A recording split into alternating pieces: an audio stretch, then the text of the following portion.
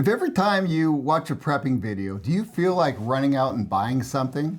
If so, this video is for you.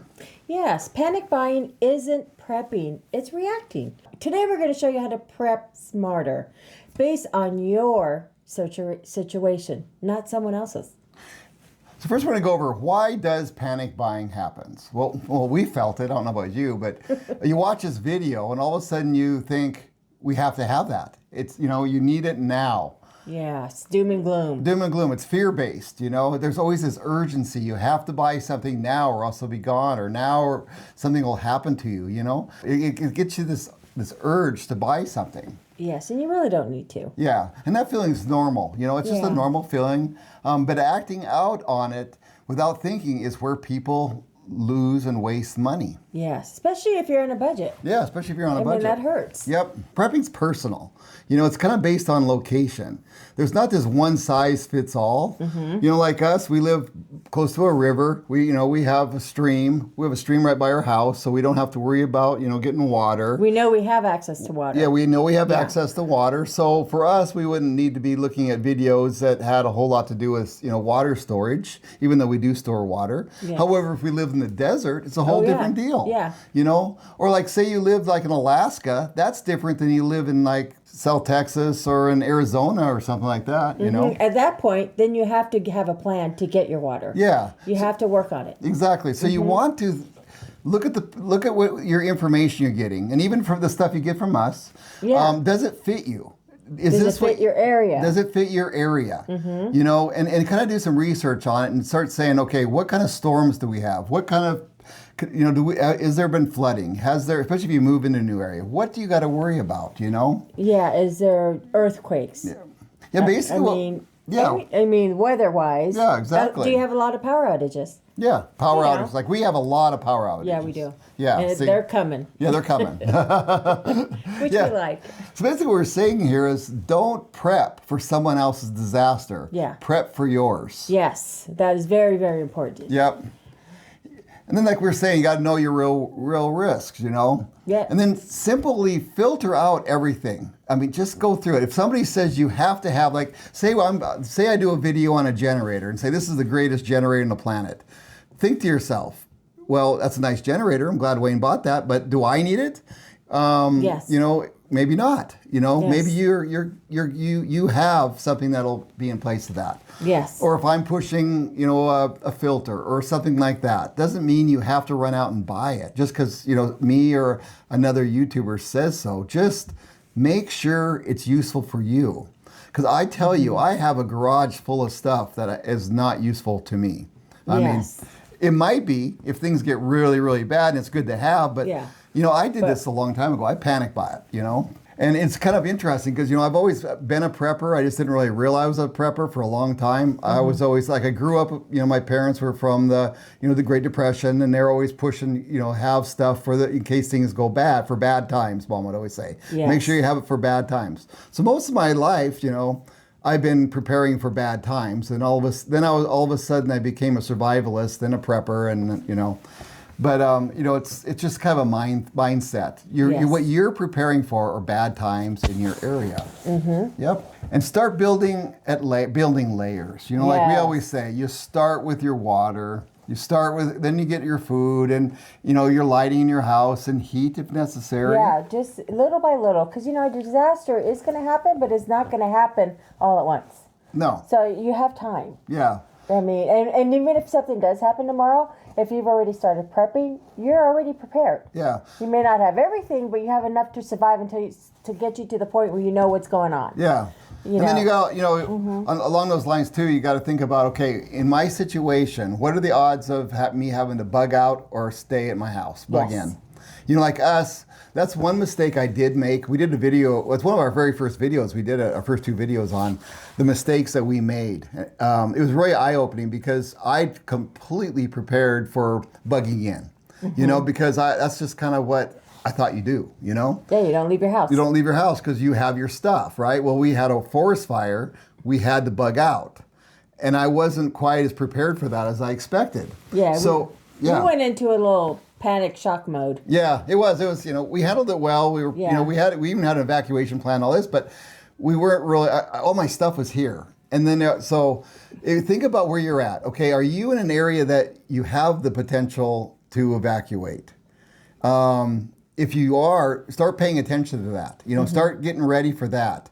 Like say you live in an area where you may have to have a forest fire. You may have a forest fire, or even an earthquake where your house may go down, or tornadoes or hurricanes. Yes. Look at all your routes of getting in and out of your area. Because if you have an earthquake and you have to go across a bridge every day to get home, try and find an alternate route. Yeah. Even with a tornado, if it goes through town and blocks out all these different ways for you to get out, try and find an alternate and have that always in your head.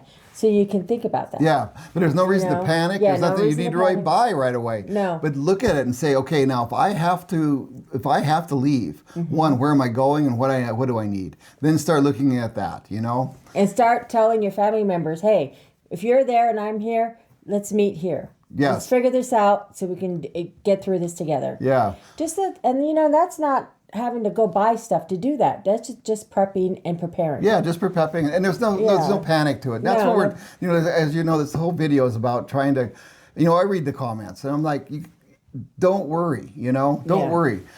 Just by watching videos and just getting started, you're on the right. You're on the right. It gives you knowledge. Yeah, you got knowledge. You just don't want to go crazy with it, you know, and keep budget, friendly. Just. Financial prepping, we talk about that. If things go bad and you blew all your money on that expensive generator and solar panels and you don't have enough money for food, you know what I mean?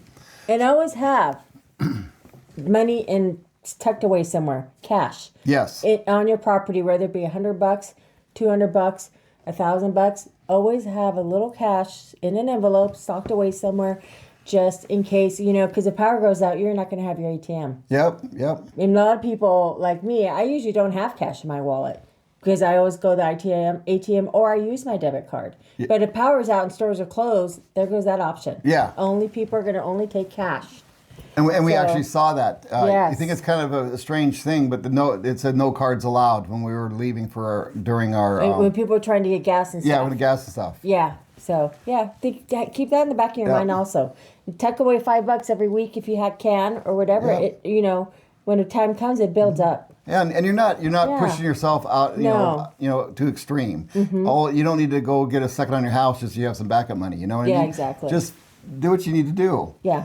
And once again, I want to reiterate this because I see it so much. This is my pet peeve with YouTube, is these people that say, "Oh, buy this now, or you'll grow dew claws.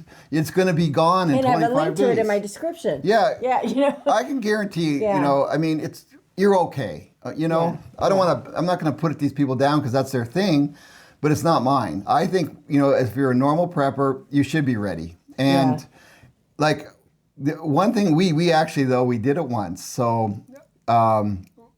We knew about before the COVID thing happened. I had a friend in Asia, and for some reason we got it right. We told everybody to buy toilet paper. The only time we've ever really done that, and we were actually right. So, and we did it ahead of time, so we weren't in that panic mode. No. So just have stuff on hand. And we noticed that too. And as a prepper, there should be no reason for you to panic. Zero. Yeah. Because even if you have a case of food or an extra case of this, you're still better than most. You're better than the person who goes out to the grocery store every 3 days to buy 3 days worth of meals, and that's all they have. Like I have a neighbor. She just buys what she buys to make that evening, or she orders her food that gets delivered, or they go out to eat. She has nothing but a couple of cans in her pantry. So if something goes bad, her deliveries aren't going to come. Yeah. She's not going to be able to go out to a restaurant.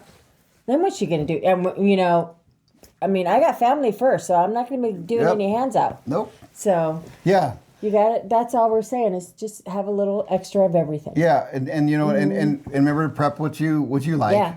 But like just the other night, we had a guest come over. And we had a spur of the moment. It was like 6:00 at night. Hey, I got people coming in town. Can we have dinner at your house? Yeah. And, yeah, okay. So then what happens? I had stuff pre-cooked in my freezer, enough to feed, 12 people? Yeah, about 12 people. And it was great. Yeah. I just made 2 side dishes, pulled out some stuff from the pantry, and it worked out.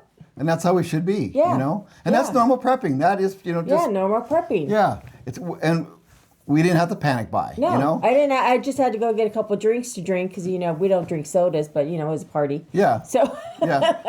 picked up some sodas on the way home from work. Came home, made my preps, threw my stuff in the microwave, and it was done. And they loved it. I opened up my homemade salsa. Oh, yeah. A couple homemade canned stuff, and it was great. Right out of the garden. Yeah. Ready, fresh out of the garden. Yeah, Yeah. so it and works everybody out. loved it. And Everybody loved it. And that's basically our prepping food. Yeah. You know? But we didn't, we haven't gone out. You'll see the picture of the thumbnail that I put up. That was right before COVID when everybody was emptying out the stores. That picture was from that. So Yeah. these things happen. And we had stuff beforehand. Yeah, we actually went to the COVID thing just to kind of see what was happening. Yeah, and I saw a lady ahead of me at the grocery store, and her cart was full because she knew what we knew. Yeah. Yeah, that's right. Because we went like about a week before. A week before. And that was interesting because And then I remember the cashier making a remark, "Oh, are you stocking up for doom and gloom?" And she goes, "Oh no, we just meal plan."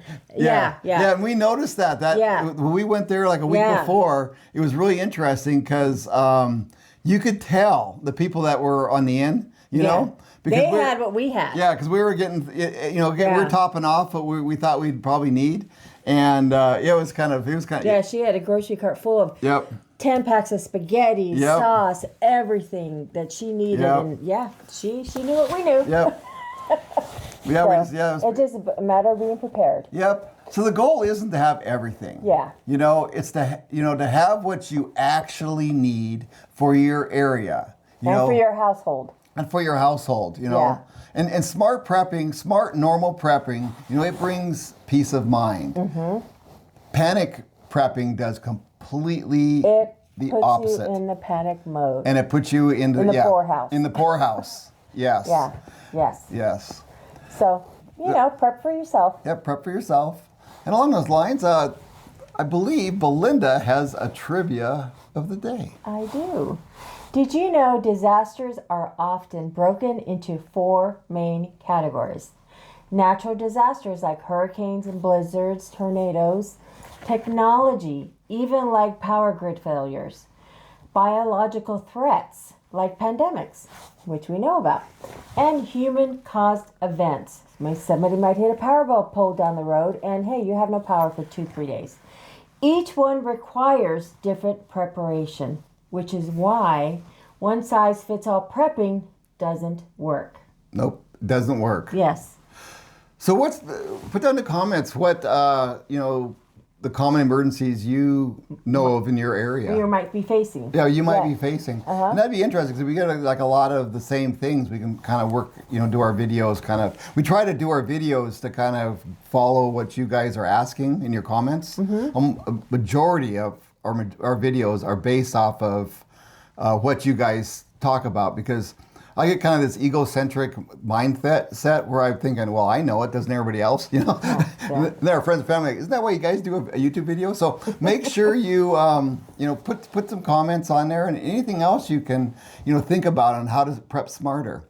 Hello, my name is Wayne. I'm Belinda. And we're Normal Prepping. And thank you for watching. Thank you for watching.